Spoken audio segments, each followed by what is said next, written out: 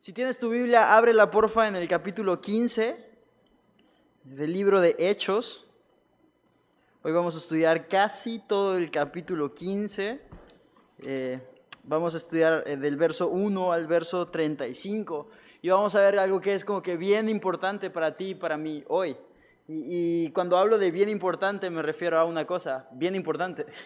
Hoy vamos a ver acerca de cómo tú y yo podemos relacionarnos con la ley, cómo tú y yo podemos responder de acuerdo al Antiguo Testamento, a la ley, a los mandamientos, pero sobre todo también cómo podemos tú y yo relacionarnos con gente que no es creyente y con creyentes que piensan de forma distinta a nosotros. Entonces es algo bien padre, ¿no? En las últimas semanas hemos estudiado un poquito acerca de los resultados que ha tenido los viajes misioneros desde el inicio a la iglesia, ¿no? Como Pablo y Bernabé salen de Antioquía, son enviados por el Espíritu Santo y por la iglesia y son respaldados y son llevados por el Espíritu hacia diferentes regiones, ¿no? Predicando el Evangelio, haciendo milagros, haciendo señales, haciendo prodigios. Han estado incluso expuestos a muerte. Vimos que Pablo por ahí fue apedreado. Vimos que después de ser apedreado y se acaba arrastrando de la ciudad tomado como muerto. Se levanta como no pasa nada. Segundo round, entra otra vez a la ciudad y han ido de aquí para allá y después regresan hacia Antioquía, ¿no? Y hemos visto cómo ha habido sobre ellos persecución, literalmente persecución, porque vimos de este grupo de judíos religiosos que a donde iban Pablo y Bernabé, allí iban ellos atrás, ¿no? Entonces el día de hoy vamos a estudiar qué es lo que pasa cuando ellos regresan a Antioquía. Entonces vamos a ver un poquito acerca de esos días de los que nos habla el final del capítulo 14, cuando dice que se quedaron allí muchos días, ¿no? Mucho tiempo en esta iglesia, ¿no? Entonces acompáñame a orar y que Dios bendiga este tiempo, ¿va?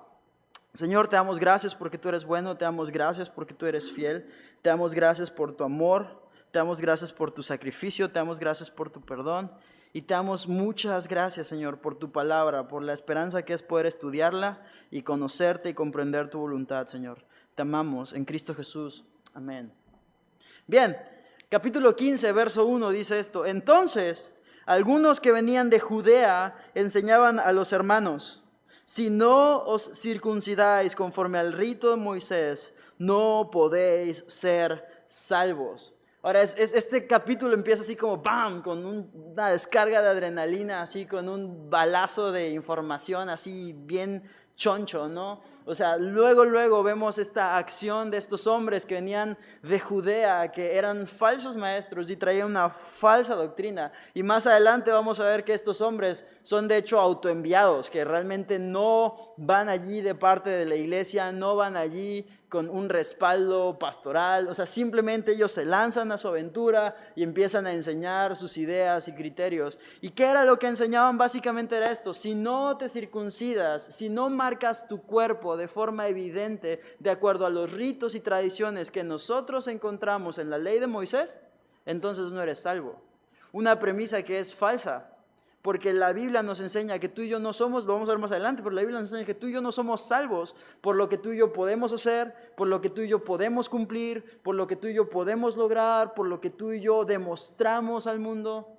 Tú y yo demostramos lo que demostramos y vivimos de la forma en la que vivimos porque ya somos salvos, porque Cristo hizo la obra. O sea, tú y yo vivimos respondiendo a lo que Jesús ya hizo y a lo que Jesús es. Y esto no era lo que enseñaban estos hombres. Ahora, es importante recordar, como lo vamos a ver más adelante, como mencionarlo, que estos hombres son autoenviados. ¿Por qué? Porque tristemente ese es un caso que hoy en día pasa muchísimo en la iglesia. O en iglesias, o sea, gente que de repente parte así como de la nada y dice: ¿sabes qué? Yo voy a montar mi propia iglesia y yo voy a hacer esto y yo voy a enseñar y yo voy a decir, y que terminan enseñando cosas que al final del día no son ciertas, porque terminan enseñando sus propios criterios, sus propias ideas, sus propias intenciones y sus propios pensamientos. Ahora, ¿cuál es lo peligroso de esto? Que si es propio y humano, entonces no es perfecto y eterno como la Biblia. Y entonces termina siendo grave y termina infestando la iglesia con falsas corrientes y falsas enseñanzas. Y tristemente los hay por todos lados. Ahora, ¿por qué era grave que ocurriera esta situación en este momento? Recuérdate que en semanas pasadas hemos visto que Antioquía era como una especie de centro de operaciones para las misiones de la época. De ahí partían los misioneros hacia el resto de las regiones del mundo conocido a predicar el evangelio. Entonces, si esta iglesia o la doctrina de este lugar se contaminaba, era mucho más fácil que la falsa doctrina empezase a correr hacia todos los demás puntos. ¿Te das cuenta? Satanás es astuto. O sea, es como bien estratégico el tema. Pero, o sea, ¿qué es importante o qué es lo que a nosotros como nos debe saltar cuando tú y yo leemos esto, cuando tú y yo vemos estas cosas? Debemos darnos cuenta de que si bien el riesgo es inminente y las falsas doctrinas están por todos lados, tú y yo tenemos la esperanza de tener la doctrina verdadera en nuestras manos, en la Biblia. No en lo que dice un hombre, no en lo que piensa una persona, sino en lo que el Dios perfecto que creó el universo nos ha dejado escrito. Y más adelante vamos a ver cómo eso realmente tiene peso. Pero hasta aquí, fíjate, están estos hombres enseñando esta falsa doctrina de que si no hacían algo, que si no se circuncidaban, entonces no podían de ser salvos. Ahora, recuérdate, mucha de la gente que está llegando a esta iglesia, y como lo vimos en los capítulos anteriores con Pablo y Bernabé, son gentiles, son griegos. Es gente que apenas está como comenzando a caminar. Ahora, imagínate tú, ¿cómo tú te sentirías si estás comenzando a caminar, si estás comenzando como tus primeros pasitos en el evangelio, y llega alguien y te dice, a menos que hagas lo que yo te digo, no vas a ser salvo? ¿Tú te imaginas la presión que había en el corazón de estos creyentes? ¿Tú te imaginas el temor, como la angustia, como este sentimiento incluso de culpa, como este sentimiento como de presión, de tengo que hacer y tengo que ser?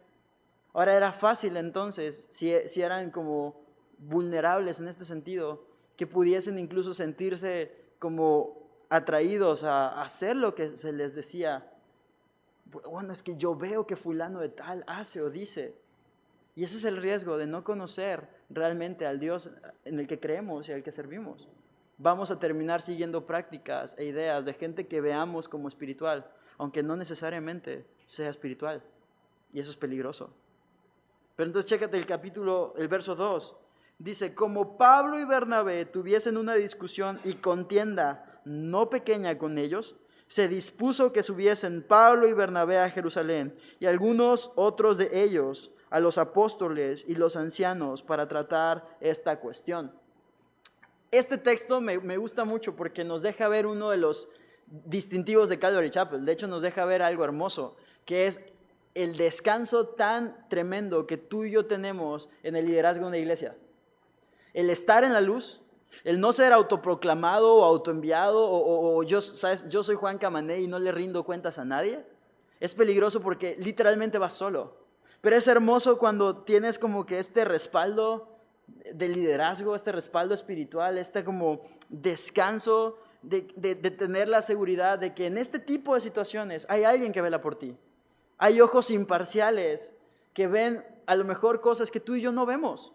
A veces hay cuestiones en nuestra vida que tú y yo vemos con otra óptica, porque somos involucrados, porque nuestro corazón se duele, porque nuestra carne ahí está como que presionando, porque nuestros intereses se ven comprometidos, un montón de situaciones. Y a veces cuando pasan este tipo de cosas o diferencias, tal vez no pequeñas, como la que estaban teniendo Pablo y Bernabé con estos hombres, por una situación que no era pequeña, sino era una falsa doctrina, o sea, hay una esperanza. Hay un descanso, hay un respaldo.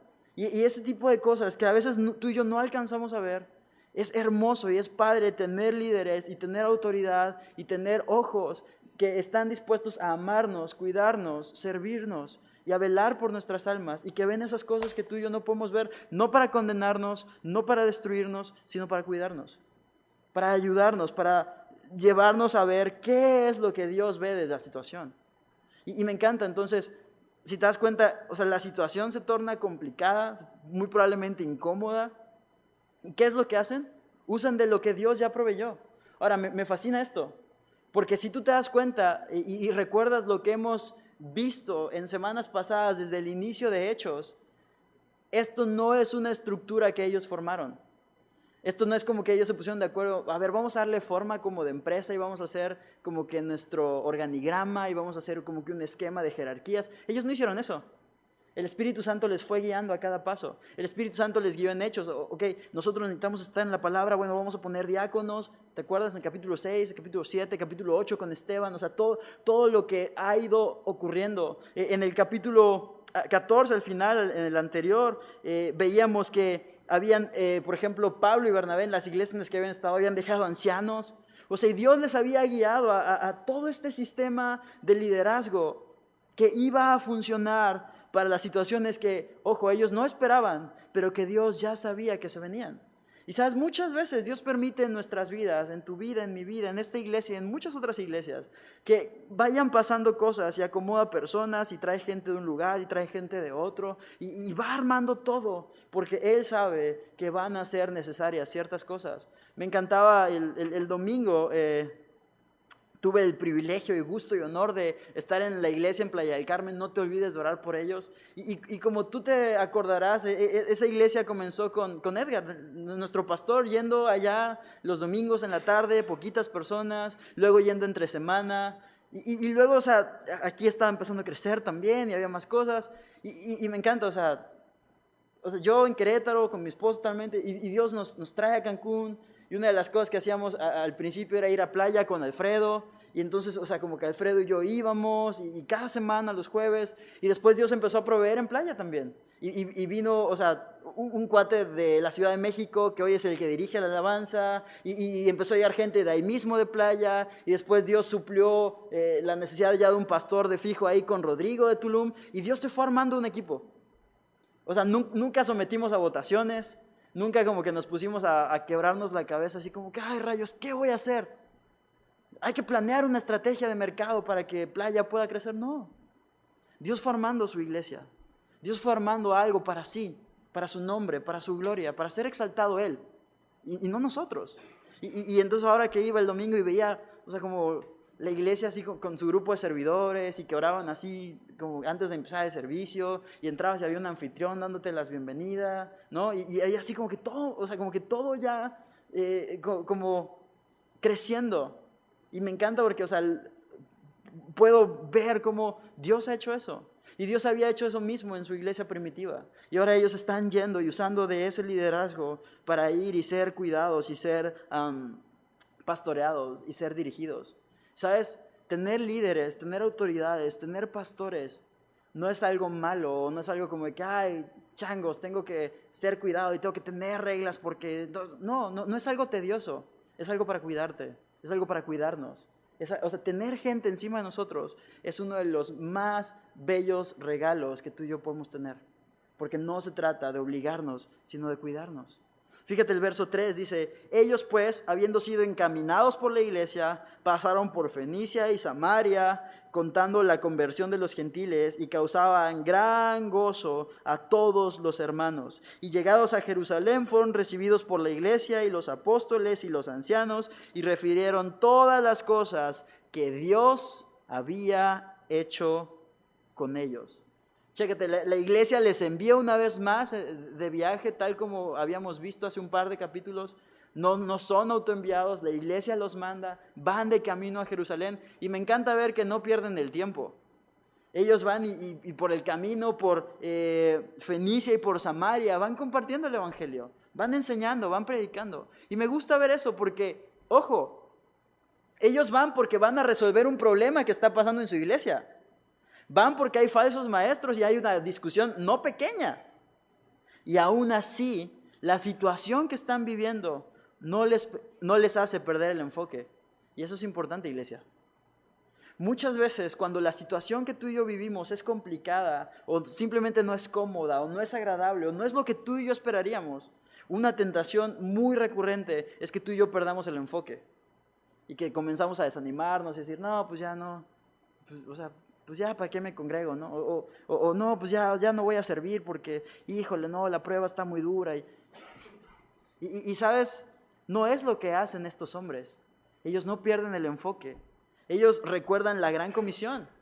Ellos recuerdan que fueron llamados a ir por todos lados y a ser discípulos. Pablo se acuerda que él fue puesto para ir y llevar su nombre delante de los gentiles. O sea, tienen esto en mente. Y mientras van en el camino a resolver algo que está ocurriendo, que Dios permitió en ese momento en su iglesia, Ellos no pierden el enfoque, no pierden el tiempo y no desperdician la oportunidad de extender el amor de Dios y de extender el mensaje del Evangelio. Y van a hacer lo que tienen que hacer, pero sin dejar aquello a lo que fueron llamados. Y me gusta, llegan a Jerusalén y la iglesia les recibe, y están los líderes, y están los apóstoles y los ancianos. Pero fíjate, ellos llegan y lo que el verso 4 nos enseña al final que hicieron es que les refirieron todas las cosas que Dios había hecho con ellos. Y esa es palabra importante. Ellos no llegan y le dicen, no, pues es que mira lo que me está pasando y qué injusticia porque yo soy y yo he hecho y tanto que me he esforzado y tanto que me he sacrificado. O sea, no es un Pablo diciéndole, o sea, como no manches, Pedro, mira, me apedrean, me levanto o sea, y todavía me reciben así en Antioquía, no juegues, o sea, pero no es eso lo que yo merezco. No, ellos no llegan con eso. Ellos llegan y empiezan a referir todo lo que Dios ha hecho con ellos. Lo que a ellos les importa no es lo que les ha pasado, no es lo que ellos han logrado, es lo que Dios ha hecho. Y eso es lo que expresan y eso es lo que comienzan a decir. Verso 5. Pero algunos de la secta de los fariseos que habían creído se levantaron diciendo, es necesario circuncidarlos y mandarles que guarden la ley de Moisés. O sea, no todo era como miel sobre hojuelas, ¿no?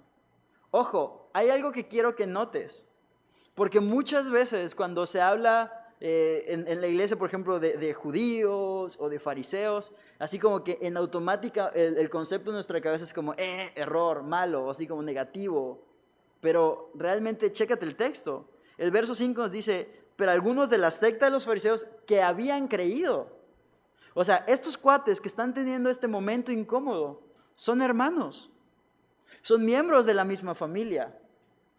¿Te das cuenta? O sea, no es con los de fuera el tema. Eran personas que habían creído. ¿Sabes?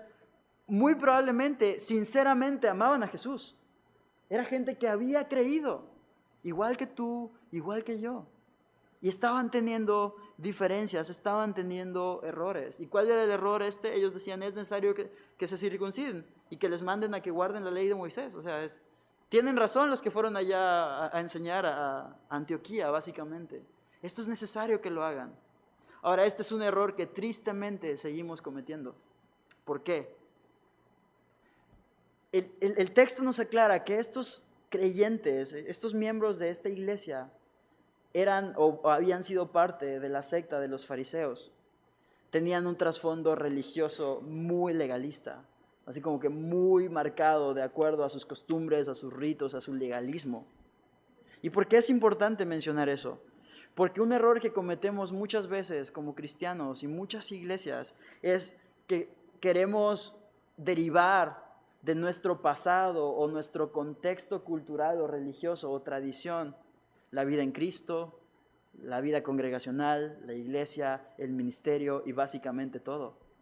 Pero eso es un error, porque la Biblia nunca nos llama a tomar nuestro como ideología o nuestro pensamiento o nuestro criterio para de ahí entonces partir y derivar lo que tú y yo entendemos o decimos que tiene que ser la iglesia o tiene que ser el ministerio o tiene que ser la enseñanza o la doctrina. La Biblia nos llama a usar la Biblia misma como fuente de enseñanza, doctrina, actividad, identidad, ministerio, iglesia, vida en Cristo y todo lo que tú y yo entendemos. Entonces, eso es súper común, que la gente como que quiera añadir cosas de sus antiguas iglesias o ministerios o denominaciones, incluso religiones. Pero, o sea, que quieran como que continuar con ciertas prácticas. Bueno, pues es que no está tan mal. Y ¿sabes? O sea, hay cosas que son asuntos de opinión, como lo he dicho, o sea, y el ejemplo así súper claro es, por ejemplo, la Navidad.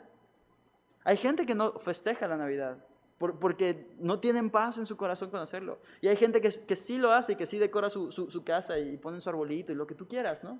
Y hay gente que es súper Grinch, ¿no? Y hay gente que es así, casi una sucursal de Santa Claus en Cancún, ¿no? Y sabes, al final del día, los dos pueden defender su postura arduamente y así meterse en una discusión férrea por quién tiene la razón. ¿Sabes? Al final del día, quien tenga la razón no gana, porque estás discutiendo con un hermano, estás generando una separación y una división y estás teniendo un conflicto. que la Biblia no te llamó a tener. Pablo en Romanos 14, refiriéndose a temas de comida, habla sobre cómo la libertad de uno no puede superar en amor al otro, porque ninguno fue llamado a juzgar al otro. ¿Sabes? Hay asuntos que la Biblia no aclara, así como que, o no habla estrictamente, y tú y yo no podemos hacer un dogma religioso de eso. O sea, yo no puedo, a partir de algo que la Biblia no enseña, decirte, ¿sabes? Si tú celebras la Navidad, te vas a ir al infierno. No puedo hacer eso. Tampoco puedo decir, si tú no celebras la Navidad, eres un anticuado y un loser. No puedo hacer eso, porque la Biblia no lo enseña de esa forma. ¿Sabes? La Biblia tampoco dice que usemos tenis, por ejemplo. La Biblia no dice que usemos coches. Y hay un montón de cosas que son asuntos periféricos, de los cuales la Biblia no da claramente una enseñanza. Ahora, acerca de aquellas cosas que la Biblia sí da una enseñanza clara y sí da un mandato claro, entonces ahí sí tú y yo no tenemos a dónde hacernos. No matarás es no matarás, y no hay forma en la que puedas como que decir así como, bueno, pero a lo mejor porque me cae medio mal y es mala persona. Si me entiendes a dónde quiero ir, ¿verdad? ¿Sabes? Intentar imponer mis propias convicciones, interpretaciones o conclusiones personales como normas o reglas o cosas que se tienen que hacer sin que la Biblia lo sostenga, eso es legalismo. Y eso es algo que la Biblia no enseña. La Biblia no nos llama a hacer esto, no nos llama a tener esta característica de los legalistas. La Biblia nos llama a andar en amor unos con otros. La Biblia nos llama a no juzgarnos. La Biblia nos llama a que si ves que tu hermano está cometiendo un error, le tomes aparte, le reprendas, le corrijas, pero no para humillarlo, no para decirle eres un loser, perdedor, fracasado, porque haces esto o aquello, no. Porque ese hermano que posiblemente sí está en error, está igual de necesitado de la gracia de Jesús que tú y que yo. Y eso es lo que la Biblia nos enseña. Entonces tú y yo no podemos imponer nuestras propias reglas. Tú y yo no podemos imponer lo que tú y yo queremos que sea el Evangelio. Tú y yo necesitamos apegarnos y seguir fielmente lo que la Biblia enseña que es el Evangelio. Lo que la Biblia enseña que es la iglesia. Lo que la Biblia enseña que es la vida en Cristo. Lo que la Biblia llama pecado, eso es pecado. Lo que la Biblia nos manda y nos dirige, eso es lo que tú y yo necesitamos hacer. No lo que nuestras tradiciones nos enseñan, no lo que alguien nos dijo alguna vez. Entonces, muchas veces, por eso te he hablado, por ejemplo, de la iglesia de Berea, y lo vamos a ver eventualmente en el capítulo 18, y lo vamos a ver el domingo, pero, o sea, por eso tú y yo tenemos la obligación de conocer este libro. O sea, muchas veces escuchamos algo que a veces como que dijo algún pastor o dijo alguien y tenía como que cara de buena onda y de que le sabía el rollo. Entonces tú y yo lo tomamos como una norma. Pero muchas veces ni siquiera sabemos por qué hacemos lo que hacemos. O sea, y de repente la Biblia se vuelve como una especie de matemáticas. ¿Te acuerdas cuando estabas en álgebra y veías que A más B igual a X? Y si esto, entonces el otro. Y cuando tú le preguntabas al maestro, oye, ¿pero por qué? Las más de las veces era, no, pues así es. Y no sé si tú, pero yo crecí toda la vida diciendo, ¿para qué rayos me va a servir esto si no entiendo para qué es? Y hay cosas que sí me han servido. Pero lo que te quiero decir es esto. Lo que tú y yo seguimos y la forma en la que tú y yo vivimos tienen causa y tienen razón y están aquí en este libro. Si tú no encuentras causa y razón en este libro, muy probablemente lo que estás haciendo o tu práctica realmente no es bíblica. Fíjate, verso 6. ¿Qué pasó alrededor de toda esta situación? Y se reunieron los apóstoles y los ancianos para conocer de este asunto. Y después de mucha discusión, Pedro se levantó y les dijo, varones hermanos, vosotros sabéis como ya hace algún tiempo que Dios escogió que los gentiles oyesen por mi boca la palabra del evangelio y creyesen. Y Dios, que conoce los corazones, les dio testimonio, dándoles el Espíritu Santo lo mismo que a nosotros. Y ninguna diferencia hizo entre nosotros y ellos, purificando por la fe sus corazones. Ahora pues, ¿por qué tentáis a Dios poniendo sobre la cerviz de los discípulos un yugo que ni nuestros padres ni nosotros hemos podido llevar? Antes, creemos que por la gracia del Señor Jesús seremos salvos de igual modo que ellos. Es interesante esto. El verso 6 nos enseña que se juntan para ver qué onda, pero el verso 7 nos dice que después de mucha discusión, Pedro se levantó y comenzó a hablar. Ahora, hay tres cosas que son importantes mencionar aquí. La primera, Pedro se levantó, el verso 7 nos dice que después de mucha discusión. O sea, muy probablemente el momento que se estaba viviendo entre hermanos de la iglesia no era cómodo. Muy probablemente no estaban llegando a un acuerdo. O sea, tú has estado en situaciones de desacuerdo. Imagínate cómo era este momento. Imagínate la tensión que podía haber aquí. Segunda cosa que es muy importante mencionar. Este Pedro que vemos aquí no es el mismo Pedro impulsivo que hemos visto antes. Es un Pedro que ha demostrado ser obediente, ser fiel, ser sabio, tener denuedo, pero más importante, estar lleno del Espíritu Santo. Y es este Pedro el que se pone de pie y comienza a narrar como testigo número 1 su propia historia con los gentiles. ¿Te acuerdas que de hecho pasamos 2 capítulos enteros del libro de Hechos, el capítulo 10 y el capítulo 9, hablando de la experiencia que Dios le permitió a Pedro tener con los gentiles? Y Pedro comienza a decir como, o sea, por boca mía Dios escogió que ellos escucharan el evangelio y comienza a narrar todo, ¿no? Seguramente Pedro lo tenía muy en mente todavía, porque vimos que fue un proceso bien padre. Y me encanta esto porque, o sea, nos permite ver como un panorama bien amplio, así como una foto bien grande de cómo Dios fue preparando desde antes esta situación. Desde el capítulo 8, tú puedes ver que el evangelio llega a los samaritanos. Cuando antes había discusión o como contienda o diferencias entre judíos y samaritanos, Dios lleva el evangelio ahí y lleva a Felipe y eventualmente lleva a Pedro también allí. Y Pedro está ahí compartiendo con ellos. Después puedes ver cómo Pedro se mueve a varios lugares, pasa a Jope, y puedes ver cómo Pedro termina de hecho durmiendo en la casa de un curtidor. Otra cosa que para un judío religioso tradicional como era Pedro antes de esto, era como no, y con pincitas porque este cuate toca animales muertos. Y Dios va preparando de a poquito el corazón de Pedro. Y puedes ver en capítulos 10 y 11 cómo Dios le da esta visión a Pedro en la cual le muestra el lienzo con los animales y todo. Y sabes, también puedes ver que fue una situación difícil para Pedro. Porque Pedro en un principio dijo, no Señor, mi boca nunca ha comido nada inmundo, no quiero, gracias. Y Dios le decía, Pedro, levántate, mata y come. Y Pedro, Nel, gracias, pero no gracias. Y se resistió, o sea, ¿te imaginas Pedro diciéndole que no a Dios? Y tú puedes ver cómo Dios permitió todo eso para después llevarle con Cornelio, un hombre gentil, pero que requería de él, igual que todos nosotros, igual que tú y yo. Y Pedro podía tener todo esto bien en claro.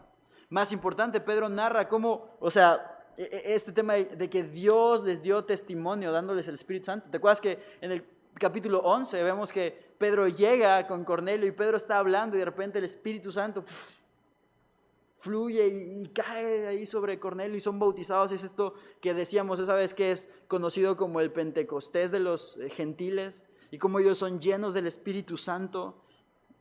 Y me encanta porque después tú puedes ver en el capítulo 11 cómo la iglesia de Jerusalén básicamente le pide cuentas a Pedro. ¿Qué onda? Y Pedro va y les narra todo lo que acaba de pasar, pero me encanta. Fíjate, vamos al capítulo 11. Quiero que lo veas tal cual, como sucedió, como Pedro lo narró.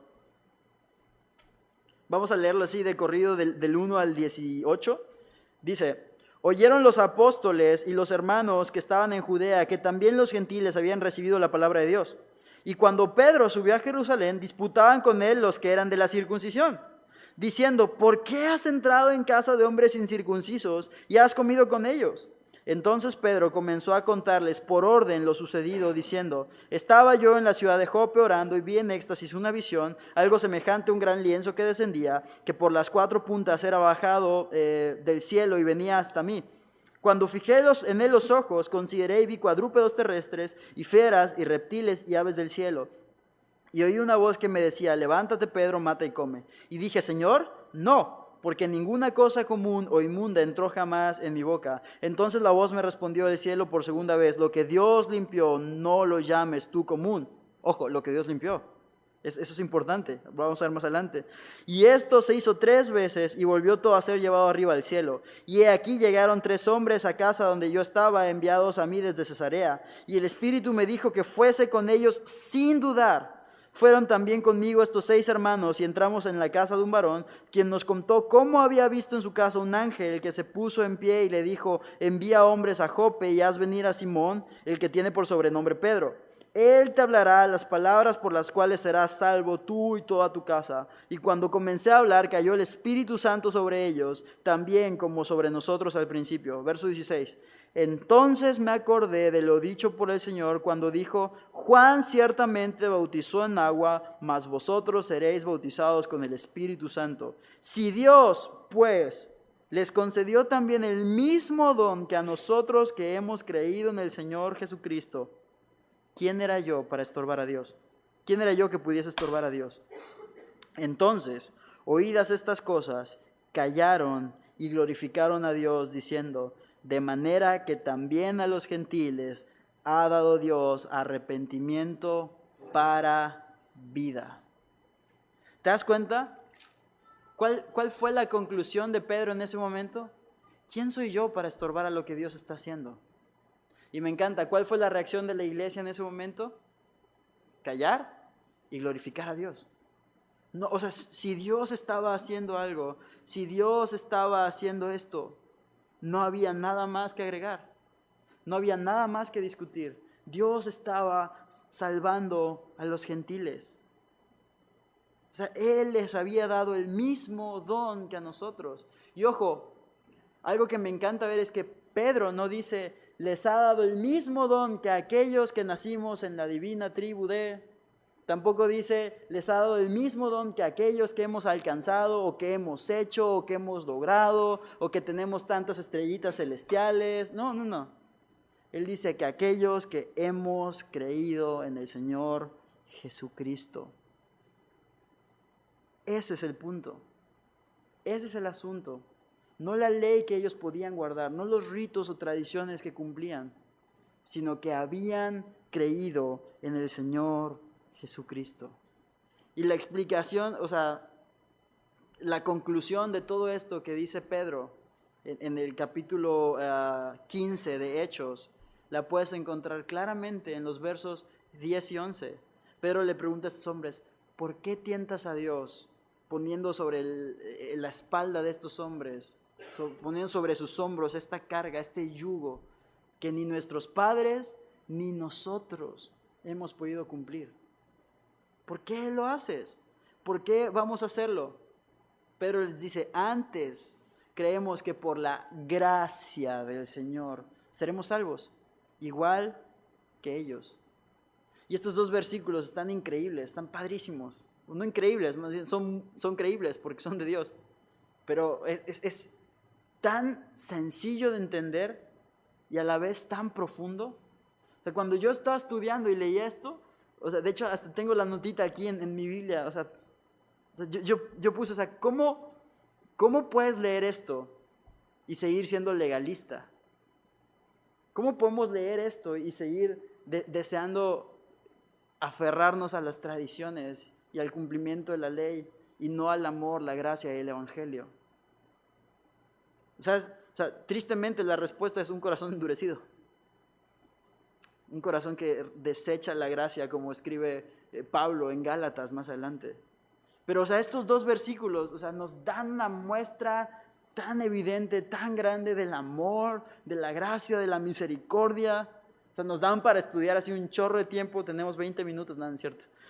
Pero a la vez que son fáciles de entender, son extremadamente profundos. Primero Pedro pregunta: ¿por qué estás tentando a Dios? La palabra tentar, o sea, se traduce como poner a prueba, o como cuando le pones a alguien una ocasión de caer, o sea, como casi ¿por qué le quieres poner un 4 a Dios? ¿Por qué quieres decir que Dios está equivocado? O sea, cuando tú obligas a la gente a que viva con esta tradición y con este legalismo y con tus rituales y tus marcas físicas, con tu religión, o sea, estás tentando a Dios. ¿Por qué hacen esto? ¿Por qué el legalismo lo ponen por encima del amor, la gracia y la misericordia? Pedro les dice, antes bien que esto, creemos que por la gracia seremos salvos. Y ojo, quiero ser muy claro en esto, con lo que estoy diciendo y con lo que estoy enseñándote y compartiéndote, no estoy diciendo que el Antiguo Testamento no sirve. No estoy diciendo que la ley nos sirve. No estoy diciendo que el Antiguo Testamento es inválido y no nos sirve hoy. De hecho, si tú eres miembro regular de esta iglesia, tú sabes que hemos estudiado esos libros también. Lo que quiero decirte es que la ley tiene un propósito y no es salvarnos. Ese es el propósito de Jesús, porque Jesús es el único que puede cumplir esa ley y salvarnos. La ley es buena si se usa legítimamente, dice Pablo en 1 de Timoteo. La ley nos muestra nuestra condición. Es este espejo que nos deja ver el estándar perfecto de un Dios perfecto, y delante de lo que yo soy, me obliga a reconocer que no soy perfecto, que no he cumplido todos esos mandamientos, y que aun si yo dijera, bueno, a partir de hoy voy a cumplir todos estos mandamientos y voy a vivir haciendo esto y el otro y aquello y no haciendo, y voy a vivir con esta lista de cosas que hacer y que no hacer, la neta es que los años antes de que yo tomara esta decisión, ¿eso es qué onda? No, sí, borrón y cuenta nueva. Ok, eso se llama gracia. Y sabes, no recibes gracia para volver a someterte a la ley. Recibes gracia para vivir debajo del señorío de Jesucristo. Para vivir con Jesucristo como tu Señor, como tu Salvador. Porque Él era quien podía, Él es quien pudo cumplir esta ley. Él es quien nos ha librado de esto. Él es quien nos ha dado salvación por gracia, como Pablo lo escribiría después en Efesios capítulo 2, verso 8, que por gracia somos salvos. Y la segunda cosa importante acá está en el verso 11. El verso 11 nos dice claramente que por encima de esto, Pedro dice, antes creemos que por la gracia del Señor Jesucristo vamos a ser salvos, igual que ellos. Todos vamos a ser salvos por gracia. ¿Sabes? Al final todo se resume en eso, la gracia del Señor. Como te decía, Efesios enseña esto. Romanos capítulo 11, verso 33 en adelante, enseña que todos, tanto judíos como gentiles, fuimos sujetados en nuestra desobediencia porque Dios tuvo misericordia de todos. De ahí que no hay ninguno de nosotros que pueda jactarse de haber ganado su salvación o de haber hecho algo suficientemente digno de que Dios nos volteara a ver y dijera, mira, como que este vato vale la pena. No, es gracia, no por obras, para que nadie se gloríe. Y sabes, eso tira a la basura el orgullo religioso. Eso tira a la basura el orgullo religioso. Entonces, tristemente, lo digo en serio, tristemente, muchas veces hemos visto que, incluso gente que es cristiana, se enorgullece de su cristianismo. Y sabes, ser cristiano es algo muy padre, vivir para Cristo es algo muy padre, pero eso no nos hace superiores a los demás. Eso no me hace mejor que los de afuera, eso me hace más responsable. Porque ellos viven como viven porque no conocen a Cristo, pero tú y yo sí. Entonces tú y yo necesitamos vivir, responder, actuar y hacer todo de forma diferente. Y tenemos esta como compromiso, ¿sabes? Con la sociedad en la que vivimos, de modelar el Evangelio, de predicar el Evangelio, de mostrar la verdad que nos ha iluminado a nosotros. ¿Sabes? Después, si la gente de afuera va a responder y va a seguir a Cristo y va a decidir vivir por Él y para Él, eso es un tema que ellos tienen que resolver con Dios. Pero a ti y a mí nos toca vivir cada día de nuestras vidas humildemente, amando, sirviendo y predicando el amor que hemos recibido. Y sabes, este como compromiso que tú y yo tenemos para con los demás y de compartir la fe y el amor, esto incluye a todos. A tu jefe incómodo, a tu vecino latoso, a tu familiar que te cae mal por gandalla, a tu esposo o esposa que te hace enojar, a tus hijos que tal vez son incrédulos, a tus compañeros de trabajo, de escuela. ¿Sabes? Eso incluye a aquel cuate que es borracho y que la Biblia no me llama a ver con asquito como de, uy, uy, uy, aléjate de mí porque yo soy santo y perfecto. ¿Sabes? La Biblia me llama a no vivir como él. Pero, o sea, si Dios lo puso a un lado mío y ese borracho es mi hermano sanguíneo y es, o sea, y es como mi compadre a lo mejor, ¿sabes? Dios no me llamó a vivir en una burbuja de plástico orgulloso de mi como misticismo religioso y de mis rituales religiosos y de mi liturgia, sino me llamó a vivir de tal forma que Él pueda ver algo diferente en mí.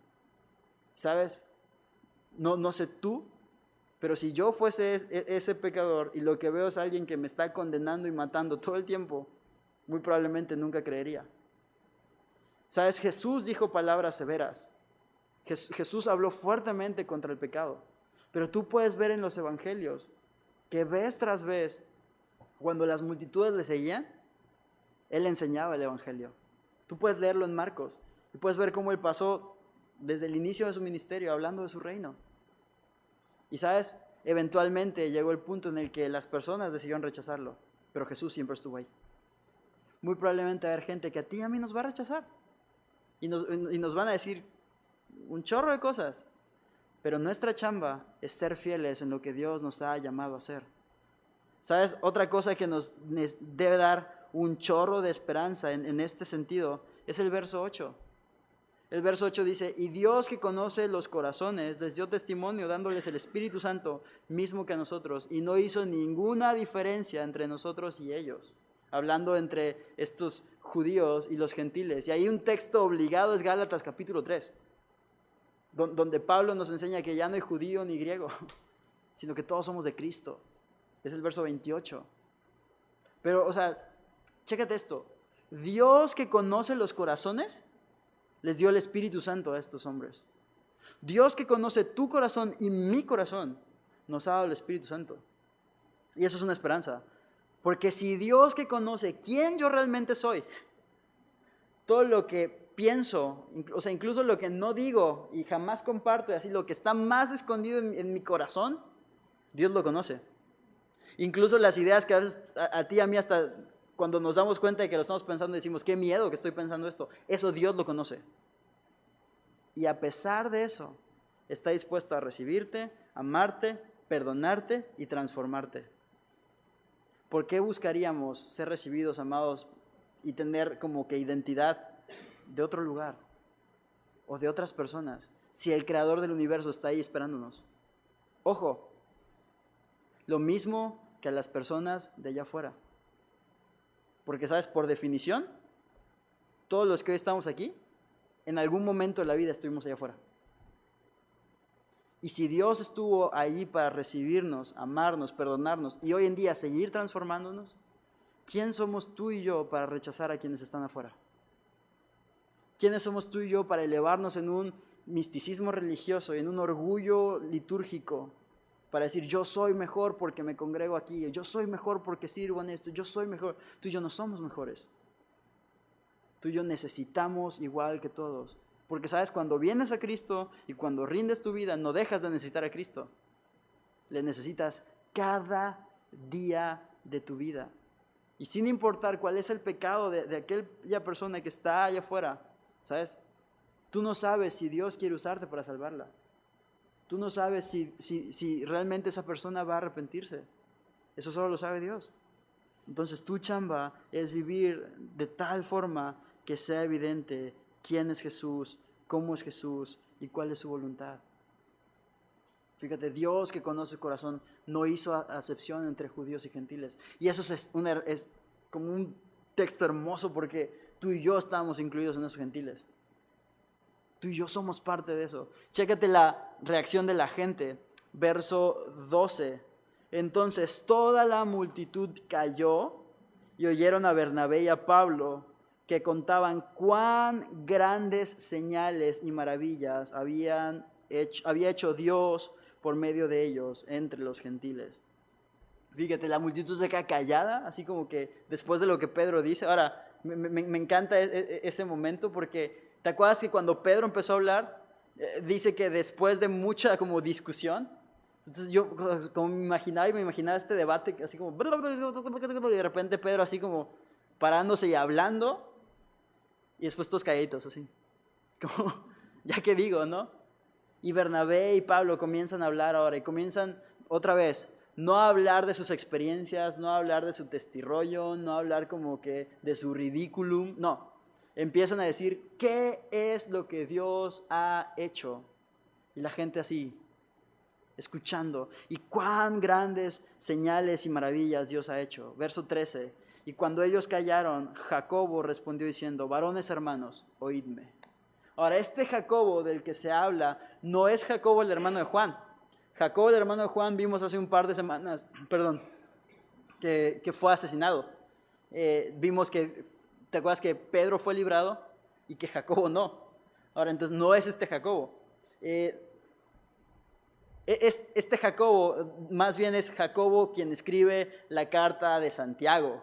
Ahora, ¿por qué Jacobo, Santiago? ¿Cómo está eso? Bueno, Santiago es un nombre compuesto, es una contracción de Saint Jacob, que es San Jacobo. Entonces, este hombre, Jacobo, Santiago, medio hermano de Jesús y hermano de Judas, el que escribe la epístola de Judas, que está antes de Apocalipsis, este hombre es el que se levanta como líder de la iglesia o líder de este como concilio y comienza a hablar. Ahora, una nota importante al pie es que este Jacobo es el mismo que en Marcos 6 enseña que no creía en Jesús.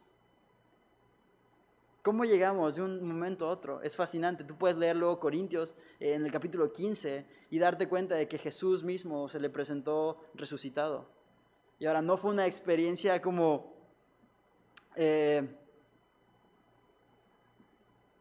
así como un concierto mega wow y súper llamativo. No fue un campamento súper impactante, así como relevante lo que usó Dios para transformar el corazón de este hombre. Fue Jesús.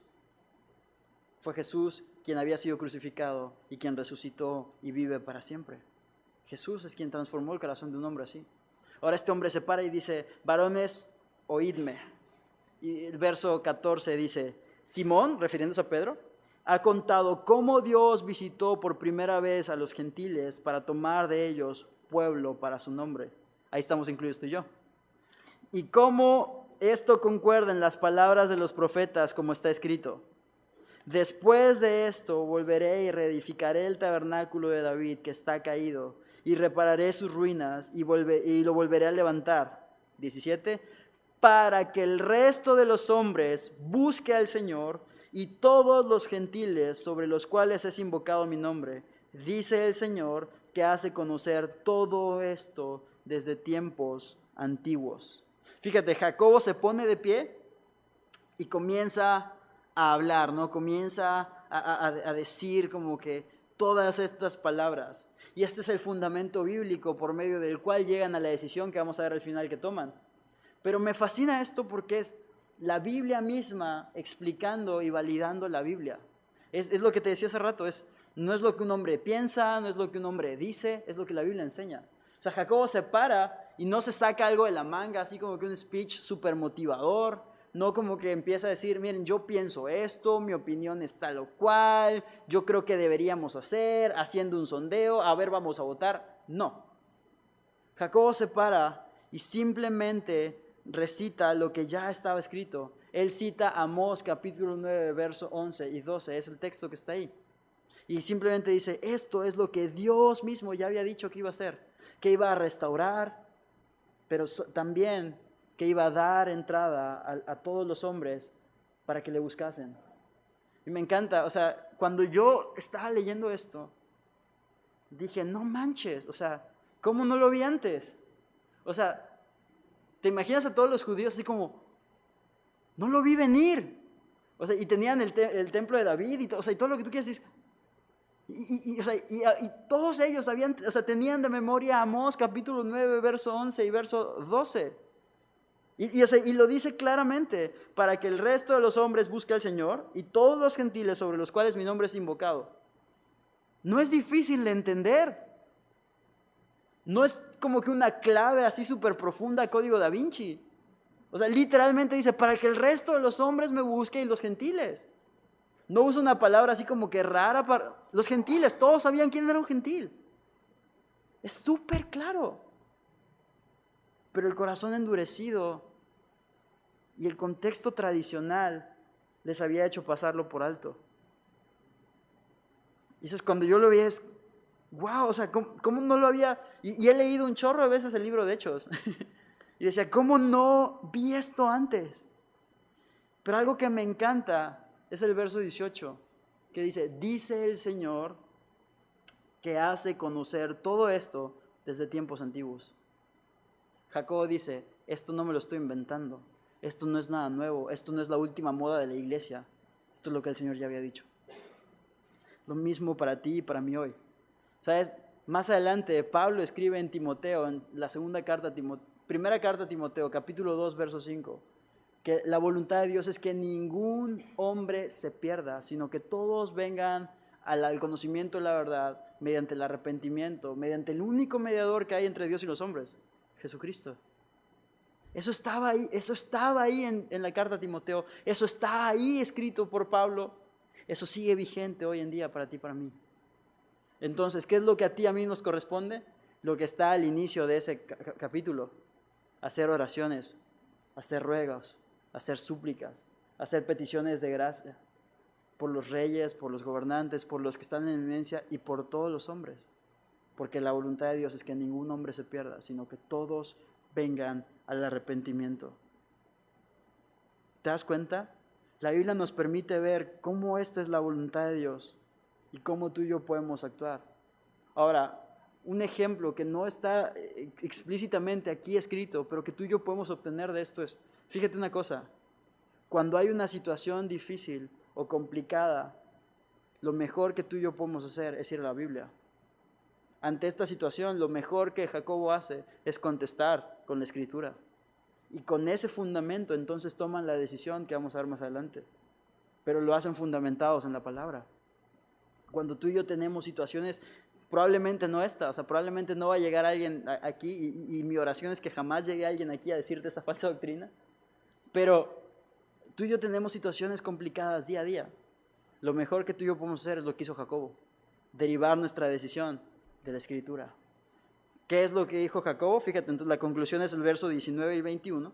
Al 21 dice, por lo cual yo juzgo que no se inquieta a los gentiles que se conviertan a Dios, sino que se les escriba que se aparten de las contaminaciones, de los ídolos, de fornicación, de ahogado y de sangre, porque Moisés desde tiempos antiguos tiene en la ciudad quien lo predica en las sinagogas, donde es leído cada día de reposo.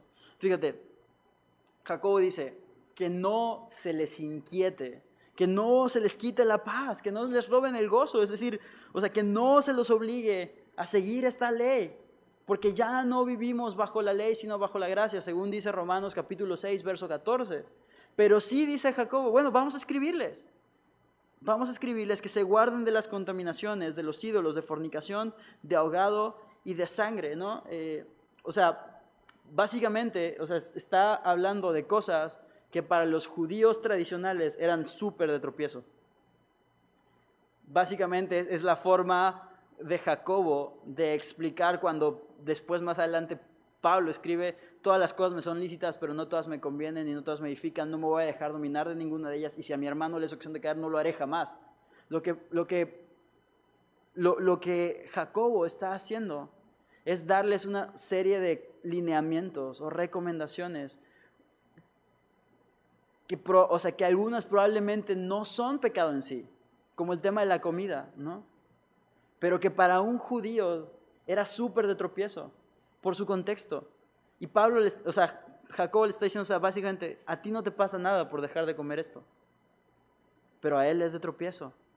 ¿Por qué no viven los dos de una forma en la que encuentren ser edificados mutuamente?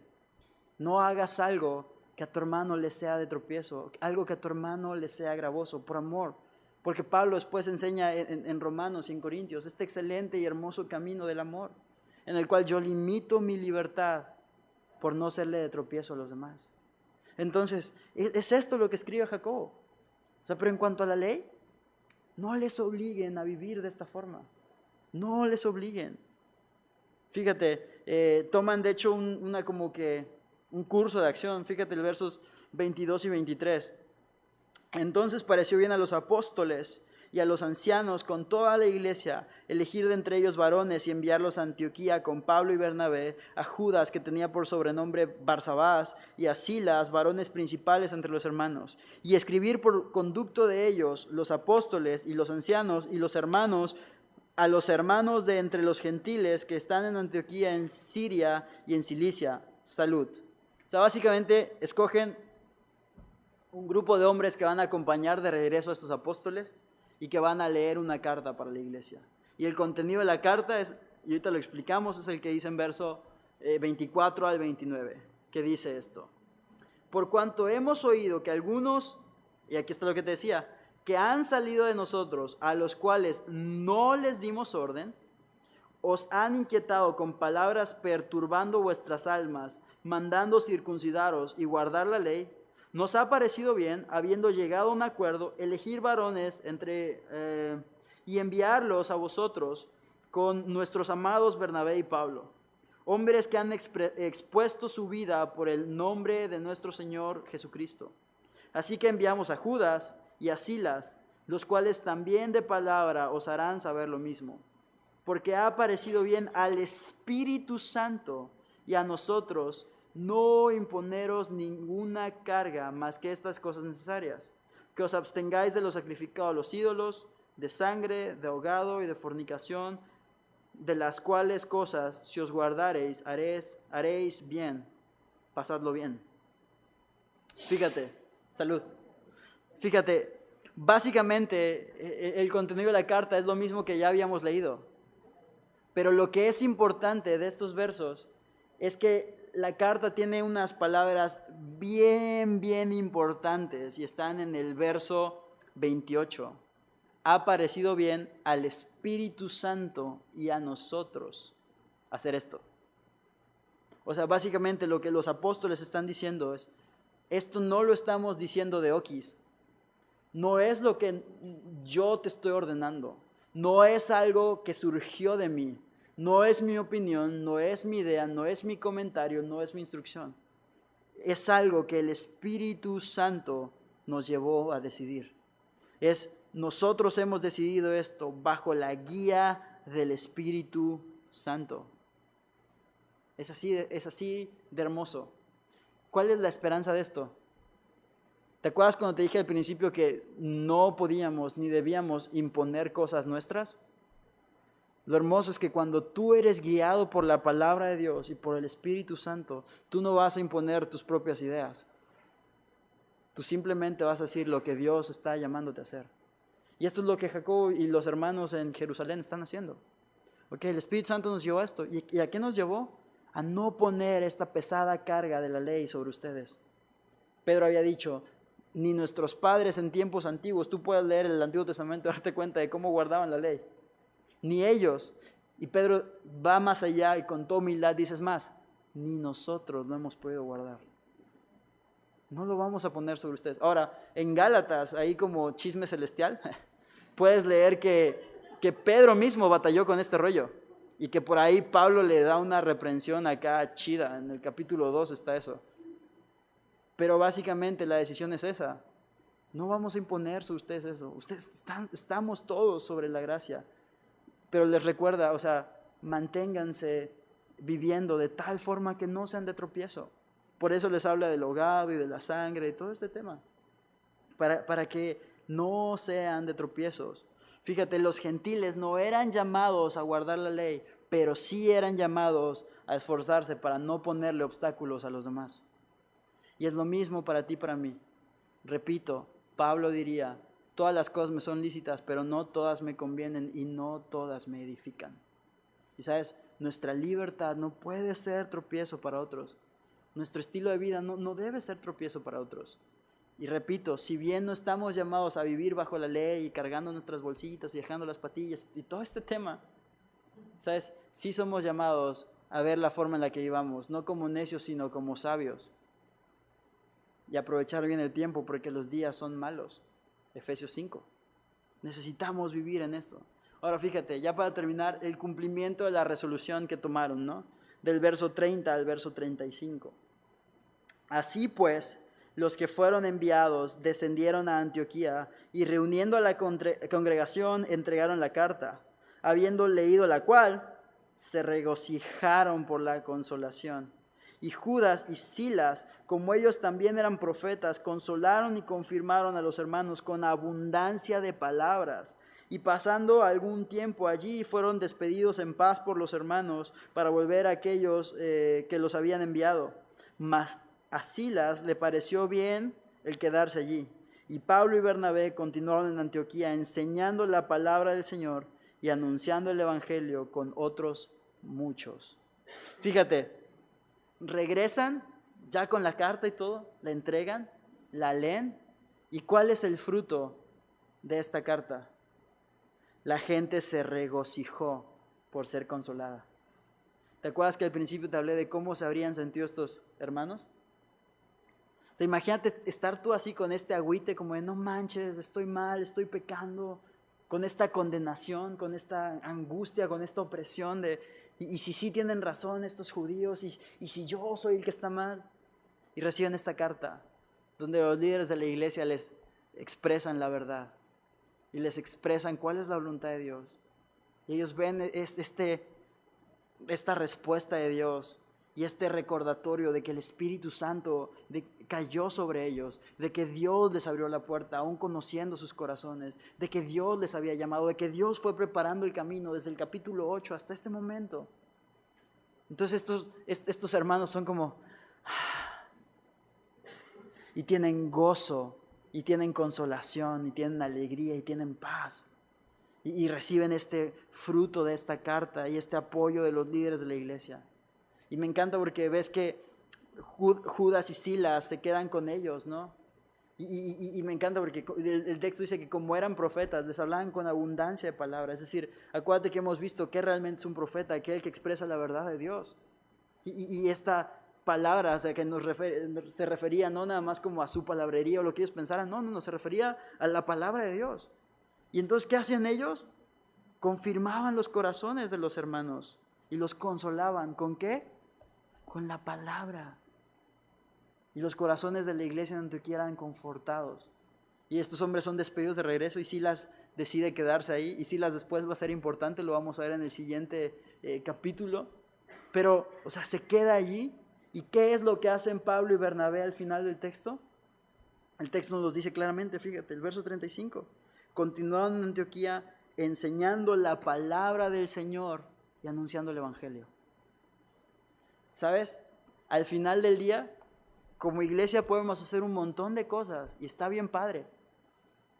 Pero si tú y yo permanecemos enseñando la palabra del Señor y compartiendo el evangelio, tú y yo estamos haciendo aquello lo que Dios nos llama a hacer como iglesia.